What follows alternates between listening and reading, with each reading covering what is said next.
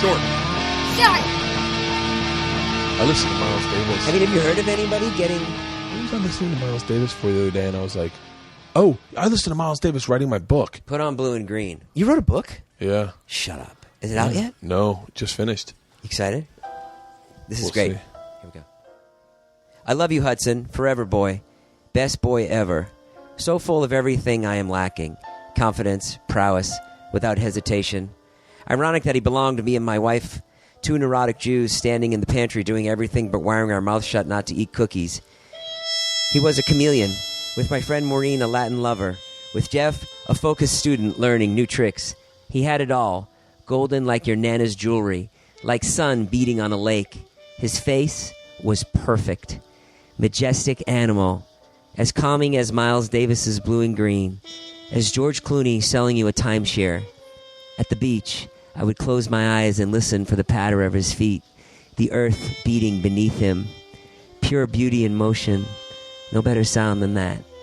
A wet dog at full speed on the way to his home. You. The best thing he did was the way he sat still, wind blowing through his ears, his nose twitching so he could get a full read of the situation. And you could never possibly understand the situation the way he could.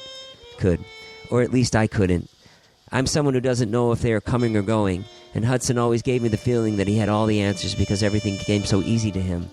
There was nothing he couldn't do, no person or trail he couldn't conquer. I once left him outside a coffee shop and found him nuzzling with Naomi Watts. And the funny part was, you felt like he was doing her the favor. She's incredible, he said.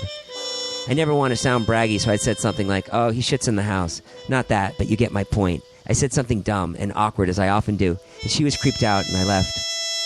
We had a voice for him. It was a regal, man-about-town voice, and my wife and I used it to say things to each other without insulting the other person. Jesus, Jason, are you going to get a job this year or what? Hudson would say. He was cartoon-like. He was Bugs Bunny.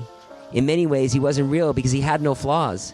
When I met him, I felt like I had known him before, but I couldn't have because I've never known anyone so touched by God. He jumped in my arms as a puppy. He couldn't wait to get out of there and teach me how to live a life, how to relax and let things roll off your back. I used to bitch about him because all he wanted to be was with me, and that was hard because I hate myself. All he wanted was to rest his head and tell me that none of it really mattered, that all that matters was the air through your nose and the sound of a bird nearby. All that mattered was that hug between us and the sigh he would release during our embrace. That sigh. I couldn't wait to hear it, because when it came, you knew he was 100% content, that there was nothing else. He showed me that life is so great, you don't have to do anything. Just wait and let it happen. Let it come to you. And I never wanted a dog. My wife got him. But he liked me better because I was around more, unemployed. But he won. Even after all my eye rolls, he forced me to be present, forced me to take care of all the people around me. He'd bitch about the walks where he would smell flowers endlessly, but in the end, it was the absolute right thing to be doing. And that's gone now. Nobody I know with all the answers. Nobody to lead me in the right direction. No sound of the sand beating like a drum. I kissed his nose last night as we said goodbye.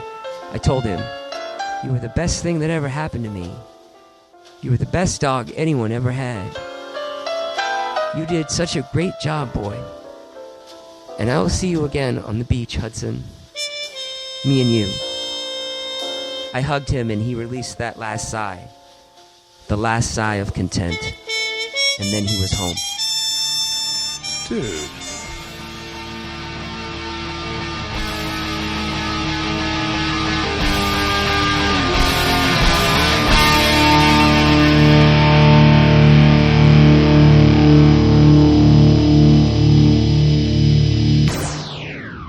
This episode was brought to you by The Machine.